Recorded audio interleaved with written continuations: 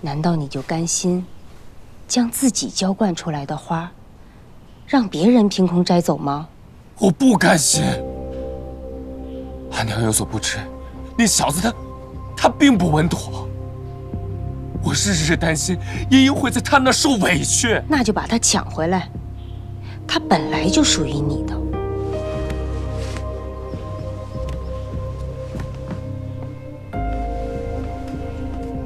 他如今得罪了牛家，你只有把他娶回来，才能真正的保护他。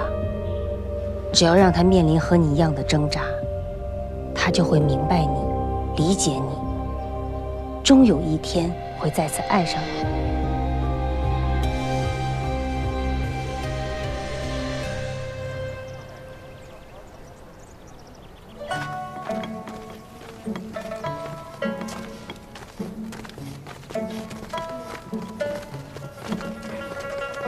季娘子不在这儿吗？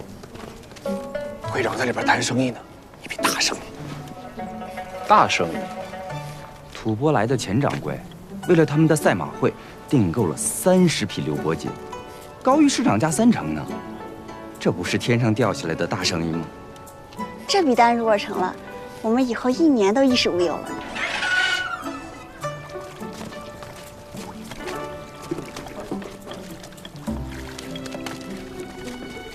六郎，哎，来送一下钱掌柜。季娘子、于掌柜，请留步。慢走。这边请。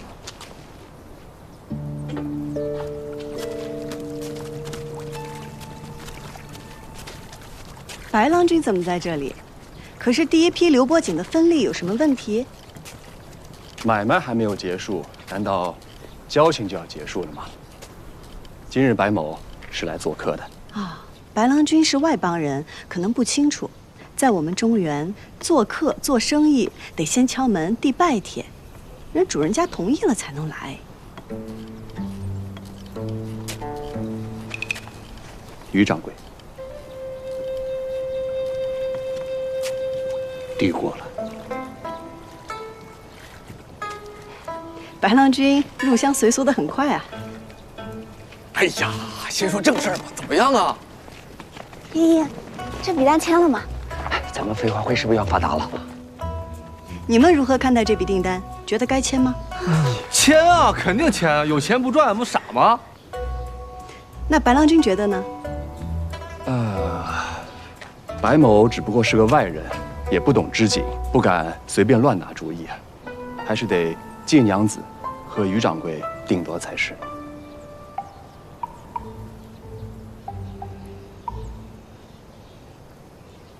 这笔订单，我们已经回绝了。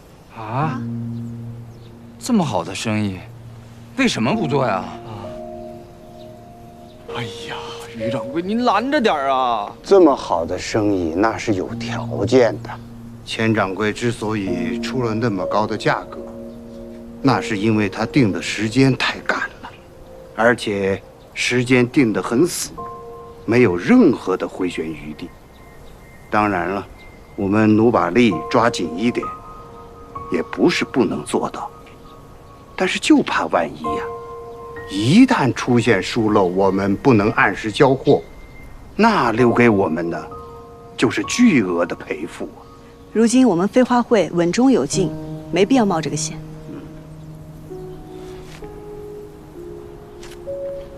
哎呀，行了行了，听会长的，一笔订单嘛，少赚就少赚点吧。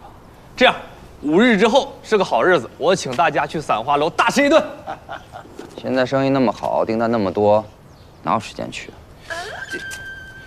愣着干嘛呀？干活啊都！干活于掌柜，这批丝已经配好了。去看看。不是，你们不问问爷5日之后什么日子吗？是斗鸡还是斗蛐蛐赢了呀？你阿爷不骂你便是好事了。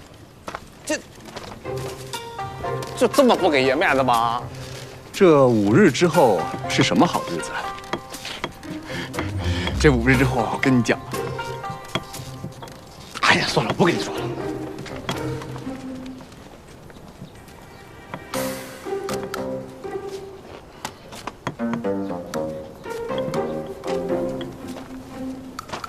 这季娘子的朋友就不能是白某的朋友吗？这我可管不了，端看白郎君自己如何打动他们吧。娘子，不说，娘子，娘子，家里来客人了，夫人叫我喊你回家。白郎君，先告辞了。谁呀？谁来了？是姨母。姨母，天要亡我呀！走走走，继叔走。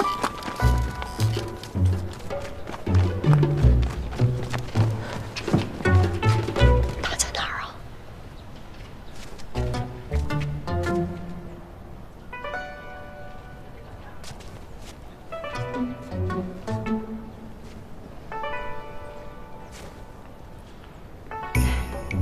姨母，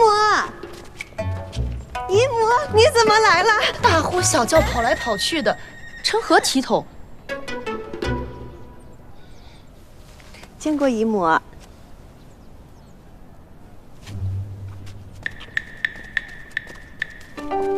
这才有姑娘家家的样子嘛。你来的这几日，帮我好好管教管教他。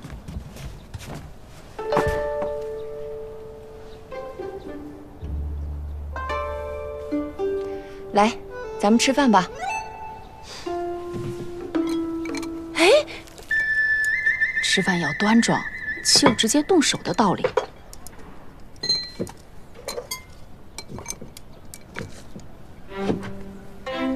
哎呀，吃饭要细嚼慢咽。你看你这塞得满口牙齿都露出来了。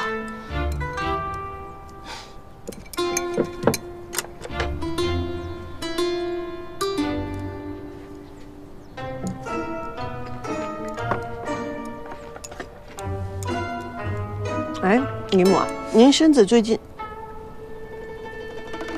食不言，寝不语的道理也不记得了。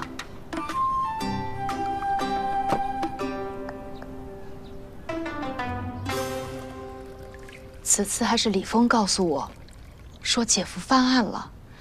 若不是叶娘婚期将近，我本该早些过来的。这么多年过去，姐夫终于沉冤得雪，姐姐你也终于等来这一天，我着实为你感到高兴。是啊，终于等到这一天了。来，喝茶。我怎么这么不幸啊？当年我们家遭难去找他们帮忙的时候，你记得姨父是怎么侮辱我们的吗？姨父虽然可恶，可前2年多亏姨母的偷偷接济，我们才能熬下来啊。姨母我肯定是感激的，但这个姨父，他肯定是看我们发达了，又想认这个亲戚。嘘。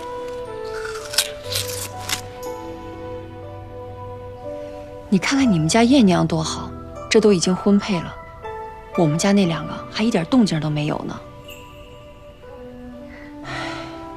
阿姐，其实我早有准备。婷儿、茵茵，你俩快进来。哦。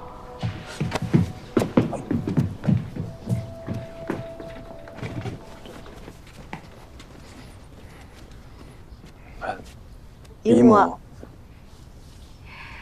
姨母此次过来啊，给你们带了礼物，过来看看喜不喜欢。这是婷儿的。哎。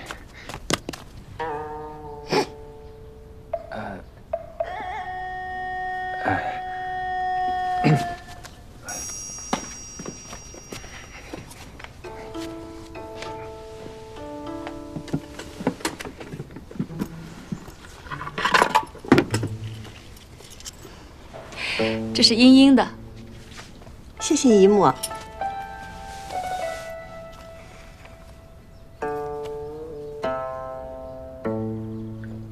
只是姨母，我跟阿兄的是不是反了？没反啊。这簪子呀，是姨母给你未来夫人准备的。这金履带嘛，自然是给你未来夫婿喽。你们2个，自己的终身大事也要着紧。莫叫阿娘着急。婷儿，哎，这玉簪可还喜欢？年年君子，闻其如玉。姨母的礼，婷儿自然喜欢。喜欢就好。那这几日，姨母便给你寻几位家人来，好好相看相看。你的事儿，姨母也会放在心上的，只是你可不逼你阿兄啊。你若想嫁出去啊，得先好好学习礼仪。没错。是。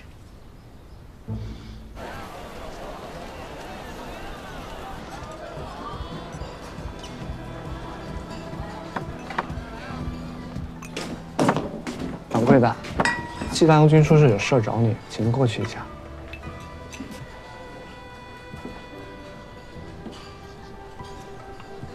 你收拾一下。是。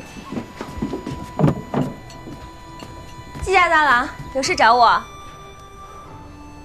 先坐。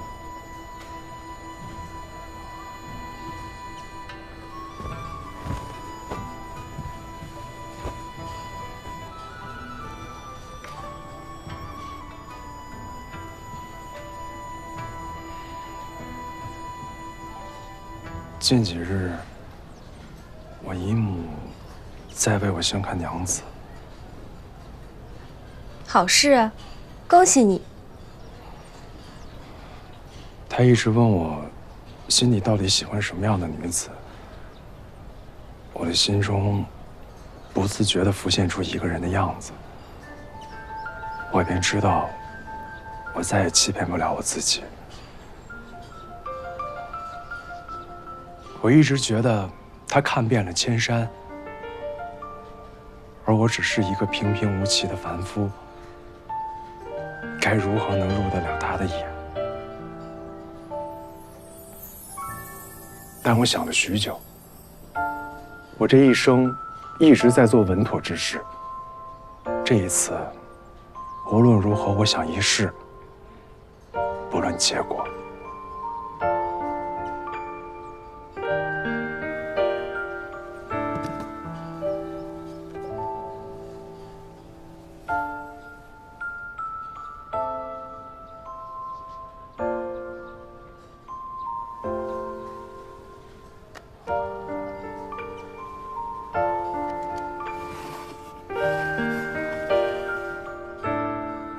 玉娘，我们第一次相遇是在3年前的5月初10，因为英英离家出走，她便住在了你这里。那个时候，你在院子里舞剑，翩若惊鸿，娇若游龙。我第一次见一个女子那样的洒脱肆意。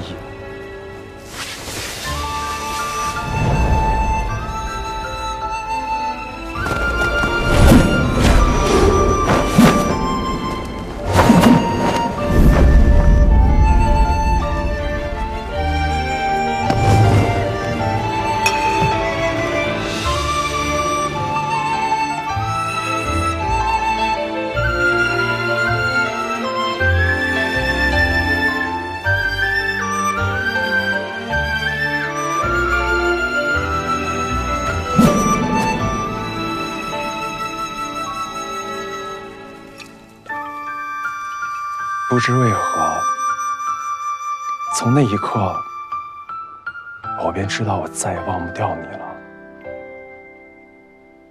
可家中艰难，我无暇为了自己的私心行动，更没有底气站在你的面前对你诉说心意。直到近几日，你我阴差阳错几番接触，我不管你是如何看我的。但我想堂堂正正的、清清楚楚的将我的心意告诉你。我不想卑鄙的借着朋友的身份，悄悄的接近你，更不想让别人觉得我与你走得太近而损你名声。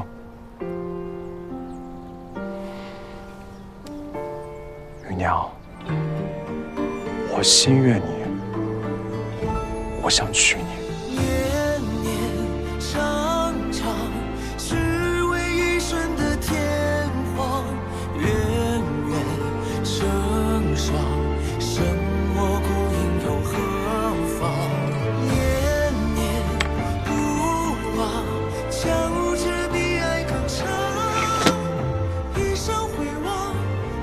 我阿爷是跑商队的，我自小便跟着他走南闯北，就像是一阵风，水拦不住，山也挡不住。这阵风也曾为一个人而停留过。后来的事情，我想你大抵也听说过。我仔细想了很久，我真的不能做一个端庄的妇人吗？不是不能，而是我不愿意。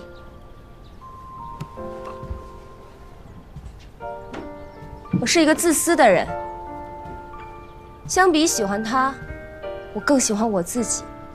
我背上的包袱很小，装得了自由，便装不下他。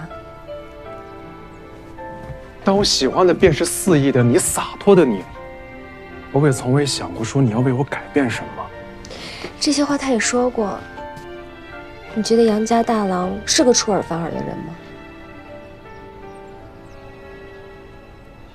但谁不是事到临头，身不由己呢？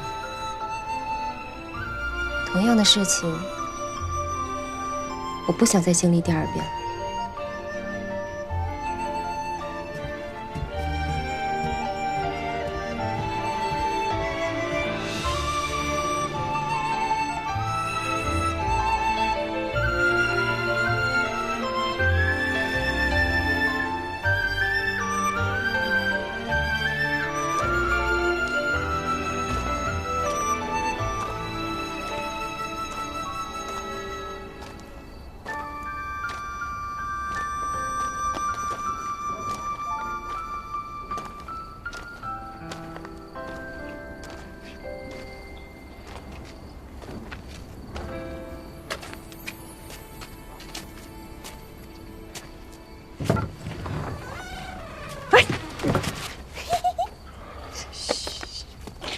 兄，你忘了，姨母说了，我们家无论男女主不让进也不让送。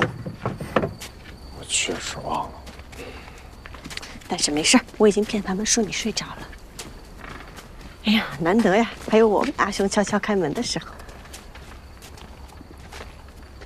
阿兄，你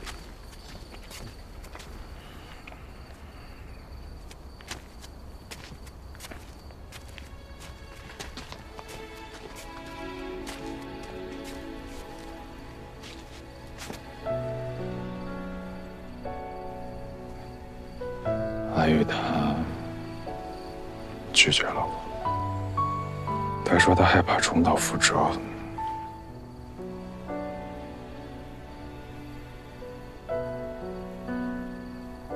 阿玉看着肆意洒脱，但其实他内心也有柔软的地方。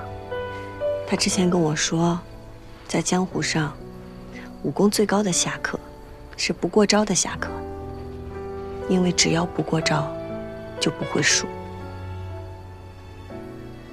他其实是在保护自己。是我做的不够好。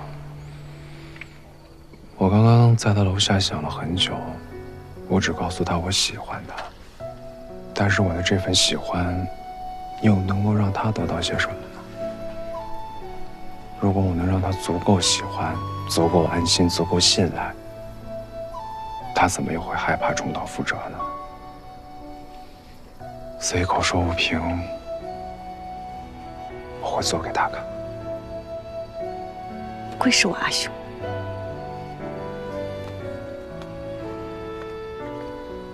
但是阿玉心智很坚定，做了决定的事情，向来很难回头。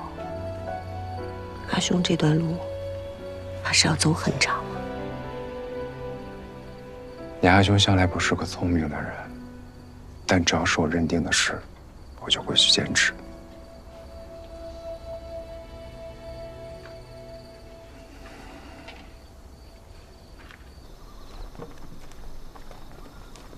哎，少爷来干什么呀？一天都没人搭理爷。知道今天什么日子吗？爷忙着呢，你们不搭理爷，有的是人搭理爷。这什么意思啊？谁说没人搭理你啊？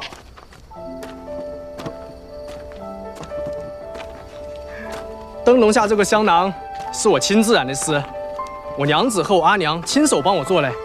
我祝咱们国舅爷一世顺遂，锦绣荣华。祝国舅爷身体康健，平安喜乐。祝你长风破浪，不负少年。祝你逢赌必赢，双路除外。原来你们都知道啊！但逢良辰，顺送时宜。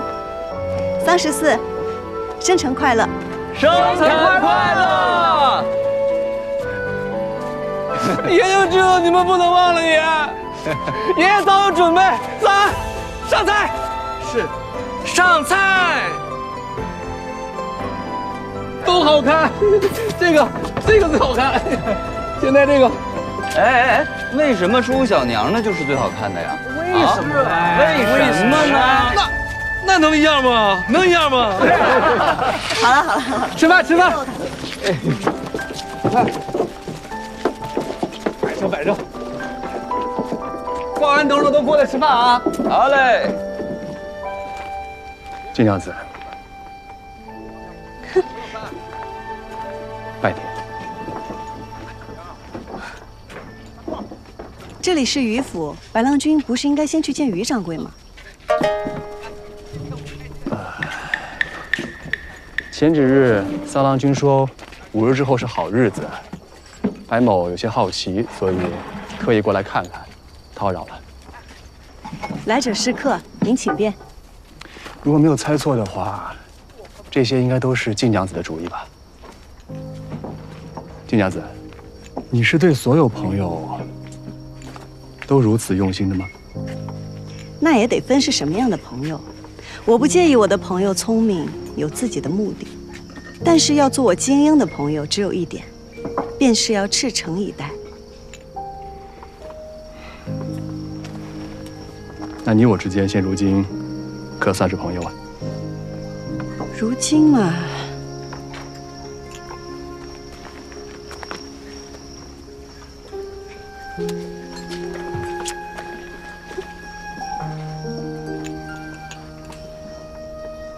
算一半朋友吧。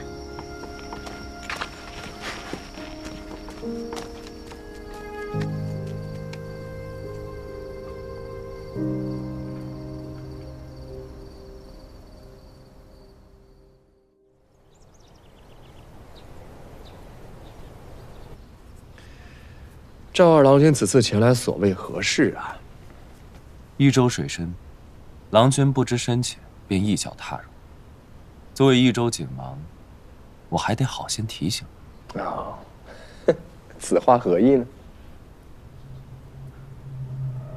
放弃跟飞花会和余家的合作，我赵家愿意交你这个朋友。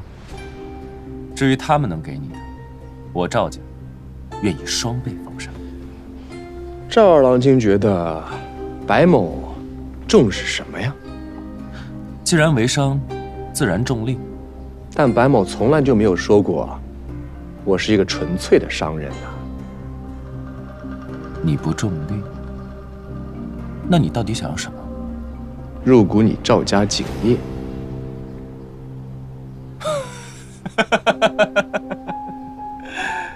那郎君愿意花多大代价呀？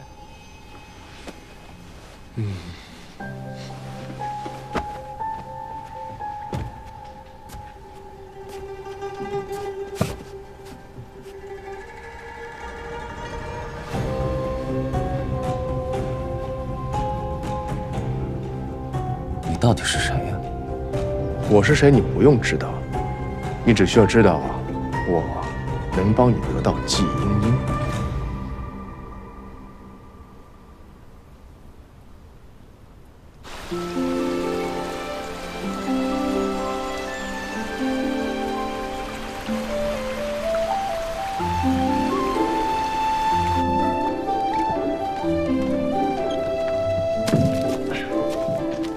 哎，三郎，这些全要搬过去哦。哎，好嘞。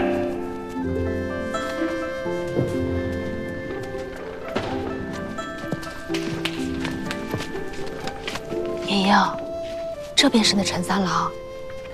姨母您认识啊？这三郎虽然看着身强力壮，可我听说他脾气暴躁，将来若是生气不高兴了，指不定会动手打你，这个不行。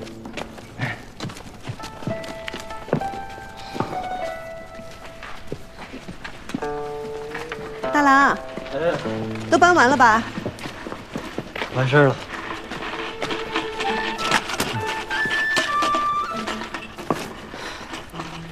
这盛家大郎虽说长得稳重，可自小是个药罐子，身上成日里背着药箱，将来恐怕是子嗣艰难的。您这也不行啊。莹莹，哎，这些要放哪儿啊？啊，放里头吧。哎，好。姨母好。蒋六郎已经娶妻了。哦，姨母，他们都是我的朋友，您不要多想。怎么叫姨母多想呢？姨母这是为你好。姨母，您是我的姨母，您在家如何教导我，我都认。但他们都是我朋友，您不能在我面前这样说他们。我也不需要您为我先看郎君。不需要。莫不是你已经有意中人了？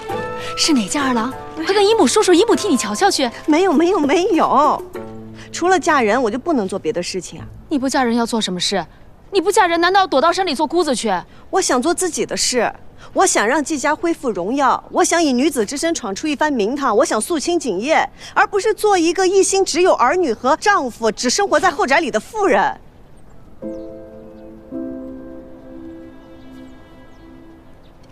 姨母，我不是那意思，我，哎呦，好，你胸有大业，是姨母在这儿碍了你的事儿了。不是，姨母只有收拾东西回家，不是，免得惹你心烦。李巡视是不是在这儿？你们是谁？闯进我家做什么？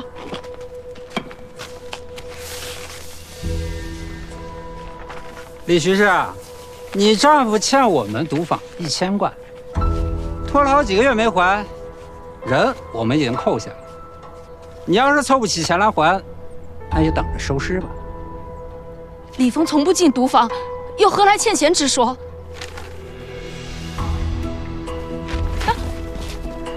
信了吧？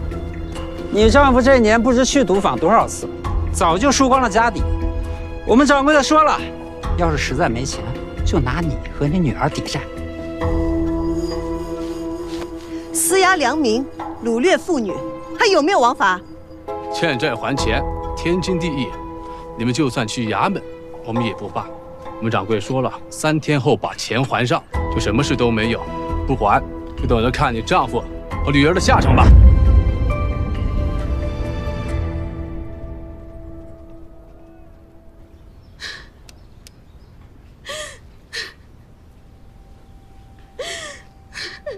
只有3天，只有3天，我上哪儿去找这1000贯啊，姐？别急，先别着急啊。我们家里还有一些钱，但是1000贯是肯定凑不齐的。要不，咱们报官吧，先把李峰的命保住。阿紫，不能报官，千万不能报官啊！这丑事若是传出去了，那燕娘的婚事可就毁了。英英，你们飞花会的账上还有钱吗？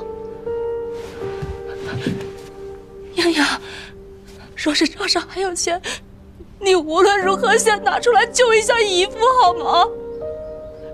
啊不，你是救姨母，你是救燕娘，你跟燕娘可是亲姊妹啊，莹莹。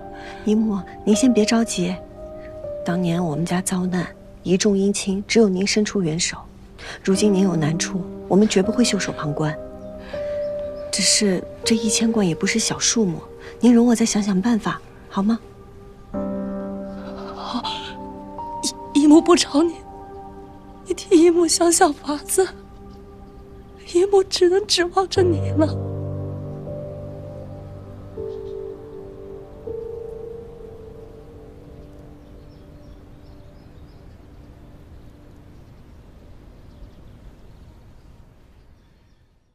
就是啊，啥子事啊？哎，英英，怎么了？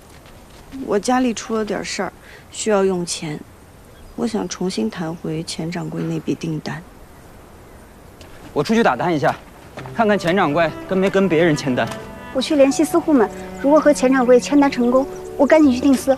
上回买的染料好像不太够呢，我去找各大掌柜问一下。你们都不问我具体发生了什么吗？不管什么，有钱我们一起挣，有事我们一起扛。不是，哎，不是，哎，那爷做点什么呀？还真有一件事儿，非你不可。那就行。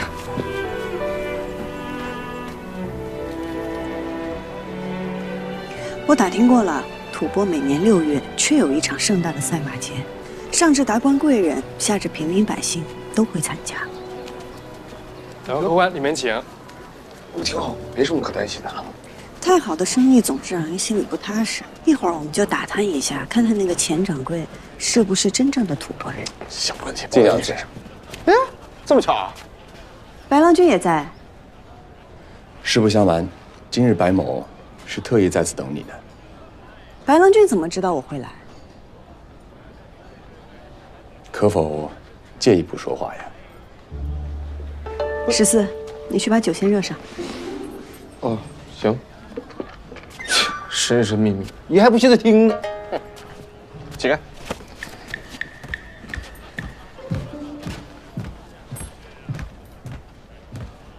听说静娘子最近急需用一笔钱呢，钱掌柜这笔生意，时间紧任务重啊，风险可不小。如果静娘子相信白某的话，白某倒是可以借一笔钱给你，先周转着。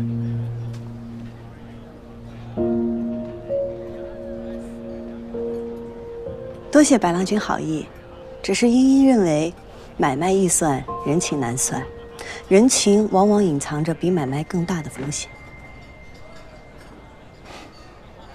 说到底，静娘子还是不相信白某啊，但也无妨，毕竟你我之间只是一般的朋友罢了。还有事，先告辞了。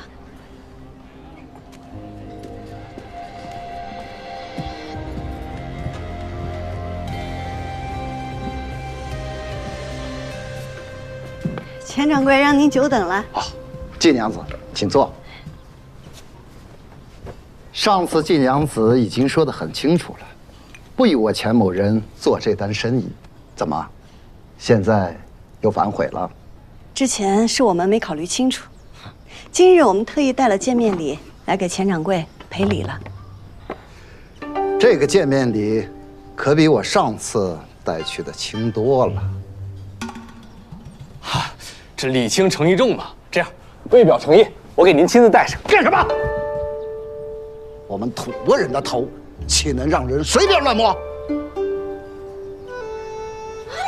抱歉，抱歉，是我们失礼了，您息怒。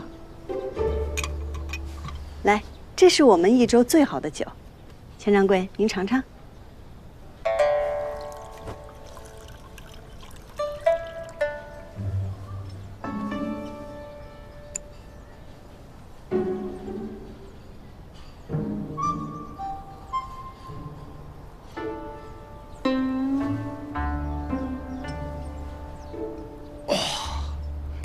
好酒。金娘子，既然想和我们合作，那我们再好好聊聊。谢谢钱掌柜，太好了。行。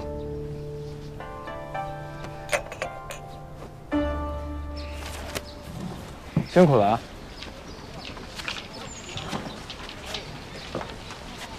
英英，买进这么多生丝，飞花会的账上是不是就没什么钱？现在是没什么钱，等半年以后和钱掌柜钱货两清，我们就能大赚一笔了。那如果没再交不起那把货呢？我总觉得不踏实。为了姨母和爷娘，也没有别的办法了，赌一把吧。此次也确实是没办法，但咱们肉还是少冒险的好，不要再孤注一掷了。你要多小心。你日后做事啊，莫要冒险，更不要孤注一掷了。哦，没事，我就是想到了一个盟友。盟友？哦，哎，这边。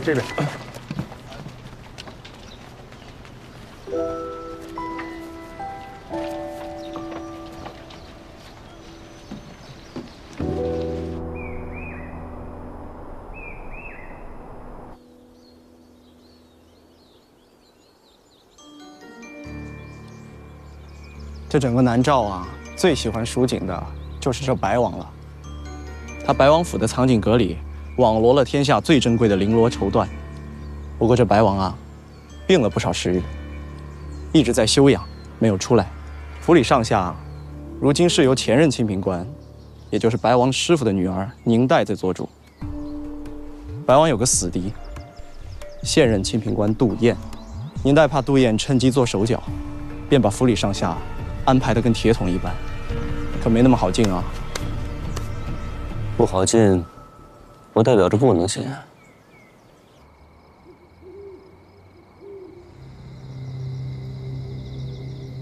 有人行刺王爷，快保护王爷！快！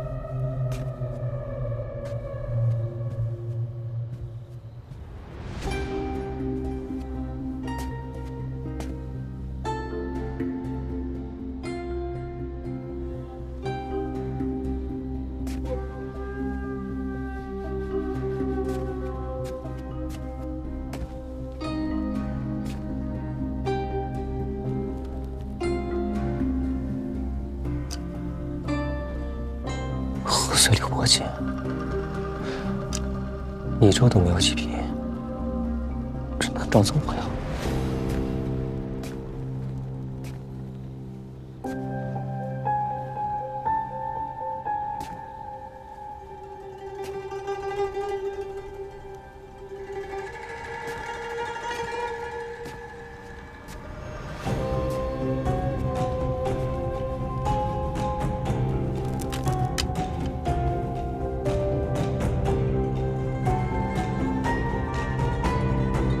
舒红锦，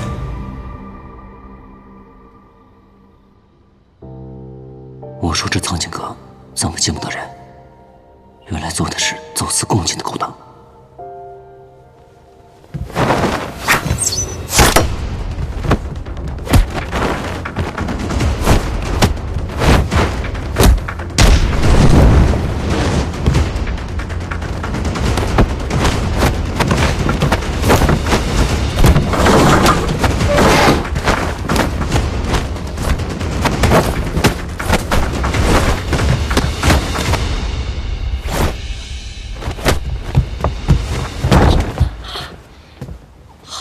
好了，我抢不过你，我不跟你抢了。不过，我要是喊一声的话，外面的护卫就会听到，到时候咱们只能同归于尽。你想怎么样？我帮你把这个卖了，钱咱们俩平分。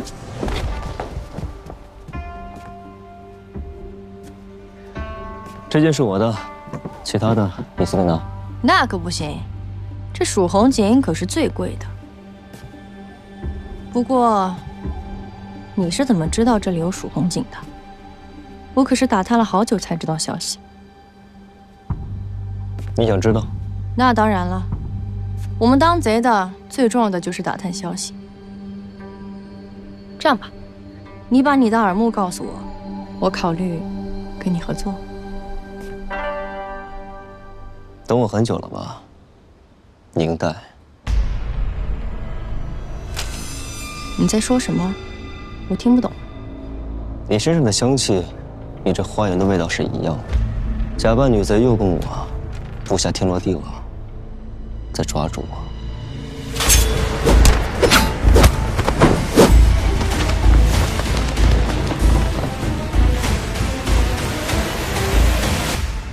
我知道我逃不掉的，但如果我现在大喊一声，我的同伴就会告诉全南诏，你的白王私藏了一件蜀红锦，没有进献给皇上。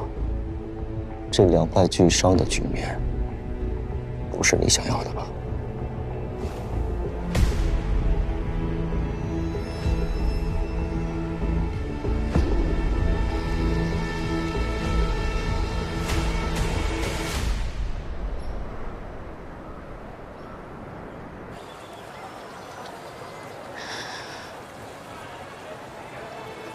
燕燕，这次多亏有你，谢谢啊。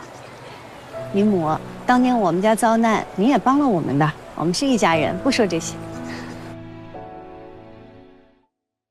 落英缤纷过，跌进尘埃，却在尘埃中开花结果。浣花溪畔的粉末，牵引飞花指尖落。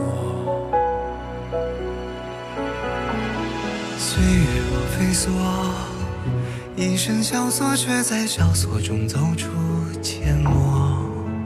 换尽迷途与扑朔，为心里惊鸿一抹。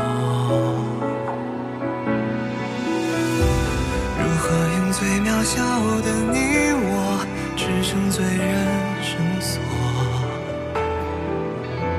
去证明那翱翔绯色是我。红色如诗月，红似无言，深埋岁月的思念，将爱恨透锁万千年，呈现曾经落位的执念。红色如火焰，红丝如烟，踏过千山也未眠。爱在风中破了茧，于人世间绽放最红的颜。红色如诗月，红似无言，深埋岁月的思念，将爱恨透锁万千年，呈现曾经落位的执念。红色如火焰，红丝如烟，踏过千山也未眠。爱在风中破了茧，于人世间绽放最红的颜。